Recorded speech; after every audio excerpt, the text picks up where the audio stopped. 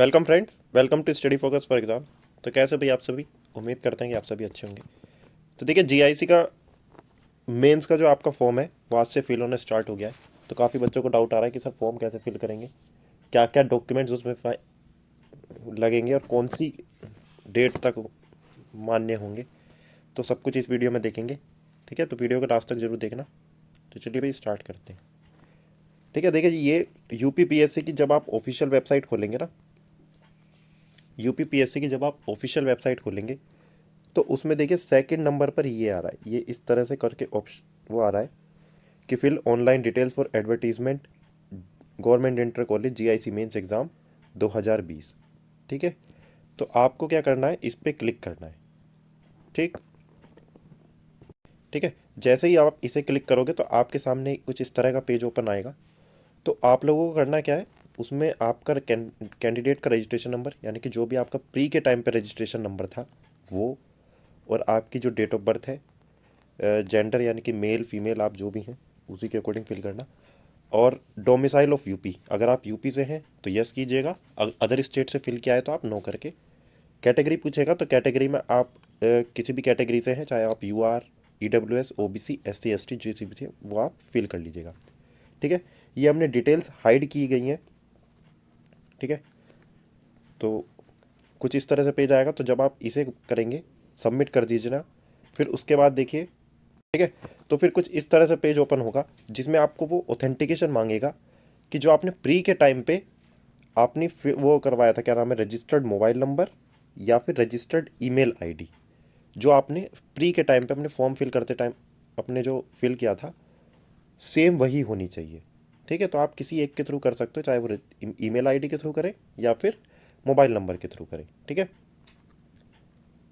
ठीक है, जब आप अपना देखिए हमने रजिस्टर्ड मोबाइल नंबर से के थ्रू करा है, तो आप उसमें मोबाइल नंबर डाल दीजिएगा। उसमें जब आप सबमिट करोगे तो कुछ इस तरीके से आएगा, your mobile number is verified and kindly proceed further. ठीक है, तो आप लोगों को क्या करना है, इस प्रोसीड पर क्लिक कर दीजिएगा। तो आगे आप लोग आगे प्रोसेस पे बढ़ जाइएगा। ठीक है, तो देखिए जैसे ही आप आगे बढ़ेंगे, प्रोसीड करोगे, तो सबसे पहले ये मांग रहा है कि आपको सबसे पहले अपनी फ़ी पे करनी है, तभी आप आगे फॉर्म फिल कर सकते हो। ठीक है, तो आपको क्या करना है, पे फी नाउ पे क्लिक कीजिएगा। पे फी नाउ पे आप क्लिक कर कीजिएगा और आगे आप लोग बढ़ जाइएगा, अपनी फ़ी सबमिट करवा देना। ठीक है,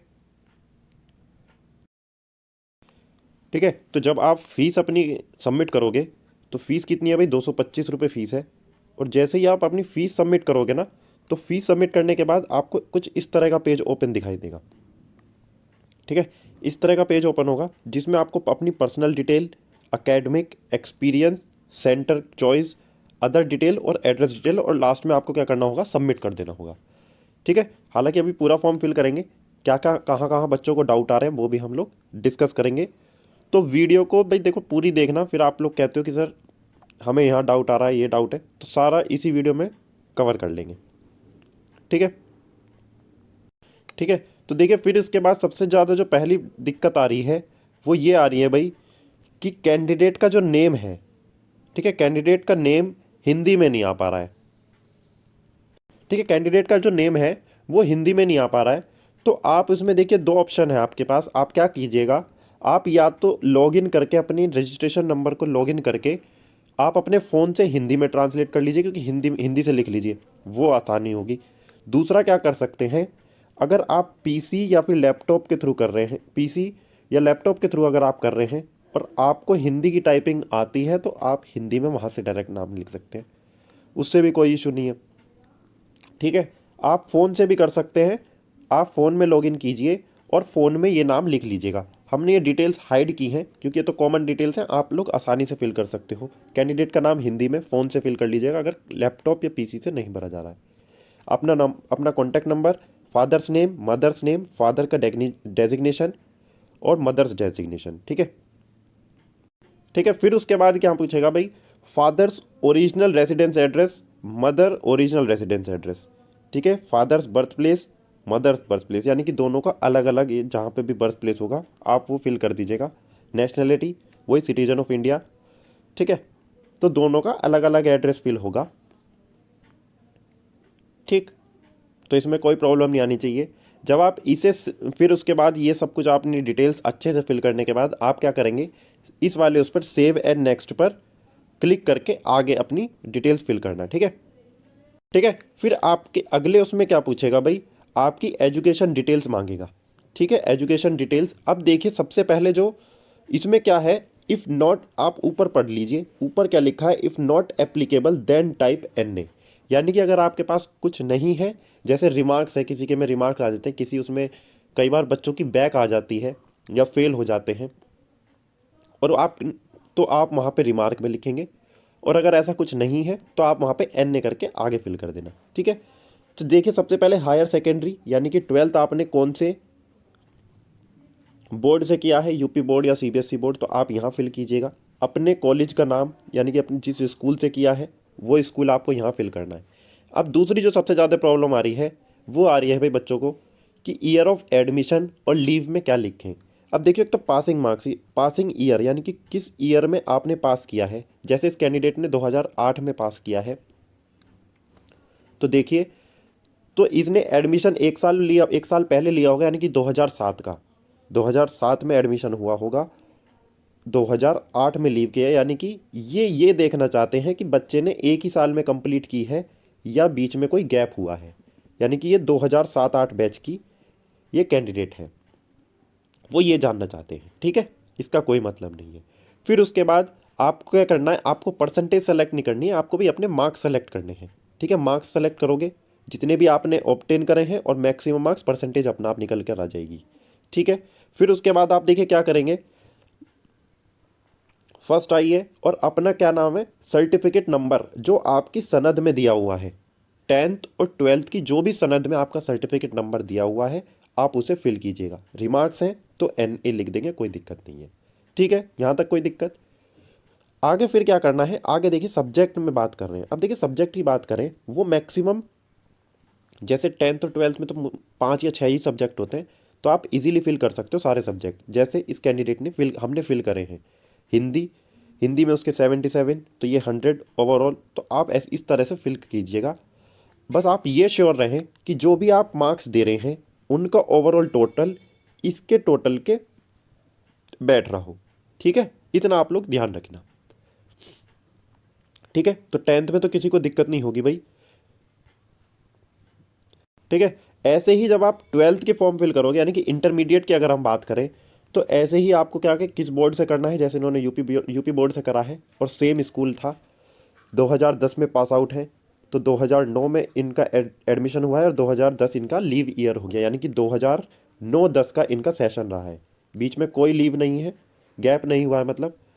तो ये वही देखना चाह रहे हैं, 2009-10 का सेशन है। मार्क्स, मार्क्स के अकॉर्डिंग मार्क्स सेलेक्ट करोगे, इतने मार्क्स आए हैं ओवर टोटल में से, और ये परसेंटेज बनी है। फर्स्ट है अपना क्या नाम, सर्टिफिकेट नंबर डालोगे जो आपकी सनद में दिया हुआ है। ठीक है, ऐसे ही सब्जेक्ट, आपको टोटल कितने सब्जेक्ट हैं, 6 ही सब्जेक्ट होंगे, तो आपको ये ऐसे फिल करके मैक्सिमम मार्क्स 100 में से मिलेंगे, और जो आपने ऑब्टेन किए हैं वो आप फिल कर दीजिएगा। ठीक है, अब देखिए ऐसे ही जब आप अगला, फिर आपको ग्रेजुएशन की अपनी डिटेल डालनी होगी, तो आप क्या कीजिएगा, अपनी यूनिवर्सिटी का नाम, ठीक है, यूनिवर्सिटी, और फिर उसके बाद क्या करोगे, ठीक है, यूनिवर्सिटी का नाम और अपने कॉलेज का नाम आपको एंटर करना होगा, जिस भी कॉलेज से आपने अपनी ग्रेजुएशन कंप्लीट की है। अब जैसे इनका एडमिशन 2010 का था और 2013 में पास आउट है, तो 2010 और 13 आपको ये फिल करना है। ठीक है, मार्क्स के अकॉर्डिंग टोटल मार्क्स फिल करने हैं जो आपकी फाइनल मार्कशीट में है। ये सबसे ज़्यादा डाउट आ रहा है कि सर मार्क्स कौन से फिल करने हैं, जो आपकी फाइनल ईयर की मार्कशीट में मार्क्स थे ना, वो आप लोग फिल कीजिएगा, टोटल मार्क्स। ठीक है, और कितने में से आपने, यानी कि मैक्सिमम मार्क्स और जितने आपने ऑब्टेन किए हैं उसके अकॉर्डिंग आपकी परसेंटेज निकल कर आएगी। ठीक है, फर्स्ट है, और ये आप अपने एनरोलमेंट, वो क्या नाम है, सर्टिफिकेट नंबर डाल दीजिएगा जो आपकी डिग्री में है। अब देखिए यहाँ पर एक डाउट निकल कर आएगा कि सर अगर डिग्री नहीं है तो क्या करें। देखिए अभी टाइम है आपके पास, तो आप डिग्री बनवा लीजिए, नहीं तो प्रोविज़नल बनवा लो। ठीक है, अगर डिग्री नहीं है तो प्रोविज़नल बनवा लीजिए, पहला है। अब काफ़ी बच्चे ये भी कह रहे हैं कि सर यूनिवर्सिटी बंद है, तो देखिए यूनिवर्सिटी बंद है तो फिर आप उस केस में क्या करोगे, फाइनल मार्कशीट की सीरियल नंबर डाल सकते हैं। ठीक है, फाइनल मार्कशीट का फॉर्म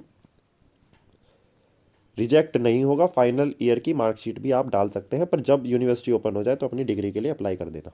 ठीक है, अब फिर उसके बाद सब्जेक्ट को रिलेटेड काफ़ी डाउट आ रहे हैं। अब देखिए सब्जेक्ट में आप क्या करोगे, जैसे इस कैंडिडेट ने बीएससी की है 3 सब्जेक्ट से, फिजिक्स केमिस्ट्री और मैथ, तो आप क्या करोगे, तीनों साल में जितने भी आपके सब्जेक्ट थे, जैसे केमिस्ट्री है तो केमिस्ट्री तीनों साल का आप जोड़ के लिख सकते हो। ठीक है, तीनों साल के आप जोड़ के लिख सकते हो, 450 में से इतना। ऐसे ही फिजिक्स का, मैथमेटिक्स, और फिर कोई अलग से अगर कोई सब्जेक्ट है तो वो, क्योंकि आप मैक्सिमम सब्जेक्ट कितने ही सेलेक्ट कर सकते हो, 9 सेलेक्ट कर सकते हो उसमें ज़्यादा से ज़्यादा।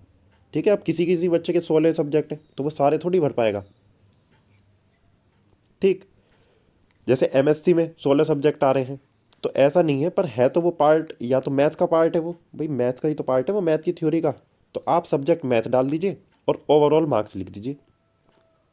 ठीक, तो ऐसे ही आप क्या करेंगे, यहाँ पर अपने केमिस्ट्री में जितने भी आपके तीनों साल में टोटल मार्क्स आए हैं आप वो फिल कर देना। ऐसे ही फिजिक्स में, केमिस्ट्री, और अगर अगर कोई सब्जेक्ट दूसरा है तो आप वो भी फिल कर देना। बस ये याद रखना है कि इन सब का टोटल इनसे मैच करना चाहिए। ठीक है, फिर ऐसे ही जैसे ग्रेजुएशन के बाद आपको क्या करना है, अपना पीजी भी, जो आपने पीजी की है वो भी आप फिल कर दीजिएगा। ईयर वही सेम, ऐसे ही जो आपके मार्क्स आए हैं वो आप फिल करना। फर्स्ट एनरोल, वो सर्टिफिकेट नंबर सेम वही, अगर डिग्री है तो डिग्री वाला, नहीं है तो फाइनल मार्कशीट वाला। ठीक है, अब देखिए मार्क इसमें सब्जेक्ट का जैसे क्या है, इस कैंडिडेट ने एमएससी की हुई है और इसके अगर टोटल सब्जेक्ट की बात करें तो 16 हैं इसके सब्जेक्ट, तो 16 सब्जेक्ट तो यहाँ फिल नहीं हो सकते। ठीक है, तो यहाँ पर आप मैक्सिमम सब्जेक्ट 9 ही फिल कर सकते थे। तो यहाँ पर जैसे आपने एक मेन सब्जेक्ट से की होगी पीजी, तो जैसे मैथ से कर रखी है तो आप ओवरऑल सभी सब्जेक्ट का टोटल करके ये लिख सकते हैं। जैसे मैथ्स थ्योरी दो दो पार्ट में कर लीजिएगा, थ्योरी और फिर दूसरा प्रैक्टिकल, तो आप उसके अकॉर्डिंग भी अपने मार्क्स फिल कर सकते हैं। ठीक है, जैसे मैथ्स के बहुत सारे मैथ्स के ही तो पार्ट है ना ये, जैसे फ्लूइड हो गया, एनए हो गया, तो इस तरह के मैथ्स ये आते तो मैथ्स के सब्जेक्ट हैं, पार्ट है मतलब टॉपिक होते हैं मैथ्स में। तो आप सब्जेक्ट मैथ्स डालिए और मैथ्स में फिर आप ओवरऑल ऐड करके लिख दीजिएगा। ठीक है, फिर ऐसे ही अगर आपके पास कोई अदर क्वालिफिकेशन या फिर अदर कोई डिग्री है तो आप उसे फिल कीजिएगा। ठीक है, जैसे अगर किसी ने एमफिल की हुई है तो आप एमफिल फिल कर देना। किसी ने अगर बीएड कर रखा है, देखिए कंप्लीट हुआ है होना चाहिए, परस्यूइंग में ना हो। जैसे बहुत से बच्चे कह रहे हैं सर बीएड हमने फर्स्ट ईयर कर रखा है, सेकंड ईयर में है तो हम फिल करें, नहीं, कंप्लीट होना चाहिए तो ही आप फिल करना। अगर जैसे बीएड आपकी कंप्लीट हो चुकी है 2 साल की, रिजल्ट आ चुका है, तो आप फिल कर सकते हो, बेशक आपके पास डिग्री नहीं है तो आप फिल कर सकते हो। ठीक है, ठीक है, तो आप इसे फिल कीजिएगा। ऐसे ही सब्जेक्ट वाइज आप इसे फिल कर सकते हैं। और नीचे लास्ट में देखिए, नीचे ग्रीन कलर का बटन आ रहा है सेव एंड नेक्स्ट, तो आप नेक्स्ट कर देना। ठीक है, तो देखिए जब आप आगे सेव एंड नेक्स्ट करेंगे तो आपके पास कुछ इस तरह का पेज ओपन आएगा, जिसमें वो क्या मांगेगा आपसे, आपके एक्सपीरियंस की डिटेल मांगेगा। ठीक है, यानी कि अगर आप कहीं ना कहीं जॉब की है या जॉब कर रहे हैं तो वो उसके अकॉर्डिंग आपकी एक्सपीरियंस डिटेल मांगेगा। अगर किसी आप लोगों ने कर रखी है, कहीं आपके पास एक्सपीरियंस है कोई, तो आप यहाँ पर फिल कीजिएगा सब कुछ पे स्केल। वरना देखिए साफ लिखा है कि अगर आपके पास नहीं है तो आप इसे स्किप कर सकते हैं, और वरना यहाँ पर एन ए लिख के नॉट एप्लीकेबल है तो आप स्किप करके आगे बढ़ सकते हैं। ठीक है, जिसके पास एक्सपीरियंस है वो अपनी एक्सपीरियंस की डिटेल दे सकता है। ठीक, फिर आगे देखिए, जैसे ही आप आगे स्किप करोगे और आगे आओगे तो फिर वो आपसे सेंटर की डिटेल मांगेगा, तो आप सेंटर की डिटेल दे सकते हो। दो ही सेंटर हैं हालांकि, लखनऊ और प्रयागराज। ठीक है, लखनऊ और प्रयागराज है, तो आप अपने जिसको लखनऊ लेना है वो लखनऊ ले सकता है, जिसको प्रयागराज वो प्रयागराज बढ़ सकता है। ठीक है, तो फिर इसको आप क्या करोगे, सेव एंड नेक्स्ट करके आप आगे बढ़ जाना। ठीक है, फिर जैसे ही आप सेव एंड नेक्स्ट करोगे तो आपके पास क्या आएगा, एक इस तरह का पेज ओपन होगा, और फिर वहाँ पे क्या वो रेफरेंस मांगेगा। ठीक है, रेफरेंस मांगेगा, रेफरेंस कैसे, रेफरेंस एड्रेस मांगेगा। यानी कि बहुत बार ऐसा होता है कि आप लोगों के पास कोई आयोग के थ्रू या भर्ती बोर्ड के थ्रू एड्रेस भेजा जाता है, कोई मेल भेजी जाती है डाक के द्वारा, तो आपके पास ना पहुँचे, तो वो दूसरे रेफरेंस पर भेज सके। कई बार आप नहीं होते हो अपने एड्रेस पे, तो वो दूसरे रेफरेंस एड्रेस पे भेज सकता है। तो ये इसीलिए मांगे गए हैं। तो रेफरेंस एड्रेस आप अपने कॉलोनी में से किसी का जो आपको जानते हैं, आप उनका दे सकते हो। Mobile number, email ID, name, address उनका दे सकते हो, ठीक है, जो आपकी कॉलोनी में है, ठीक है। या फिर अगर कोई रिलेटिव्स रहते हैं आपके आसपास, तो आप उनका भी दे सकते हो, कोई प्रॉब्लम नहीं है। रेफरेंस होना चाहिए, बस 2 एड्रेस होने चाहिए, ऑल्टरनेट एड्रेस जिसे बोल देते हैं, ठीक है। अब देखिए फिर इसमें अगला है कि यदि कोई, अगर आप कहीं जॉब कर रहे हैं, तो आप यहाँ पर क्या कीजिएगा, यस कीजिएगा। पर इसमें देखिए वो एनओसी भी मांग रहा है, ठीक है। एनओसी को लेकर काफ़ी डाउट आ रहे हैं, एनओसी भी मांग रहा है। तो एनओसी वाला डाउट आपका क्लियर देखिए। एनओसी आप अपने जिस भी डिपार्टमेंट में हैं वहाँ से जाइए, वो उसका क्राइटेरिया बताएंगे, प्रोसीजर वो होता है इसका एनओसी लेने का। तो वो डिपार्टमेंट के थ्रू ही बनेगा, जिस भी डिपार्टमेंट में आप कार्यरत हैं, ठीक है। एनओसी की डिटेल मांग रहा है, अगर आप यहाँ यस करोगे तो ये आपके लिए मैंडेटरी हो जाएगा और आपको एनओसी की डिटेल, ठीक है। तो आप एनओसी की डिटेल अपने डिपार्टमेंट से बनवा सकते हैं, ठीक। फिर अगला क्या है, तो यहाँ पर और बाकी सब में आपको नो नो और नो फिल ही करना है। फिर उसके बाद देखिए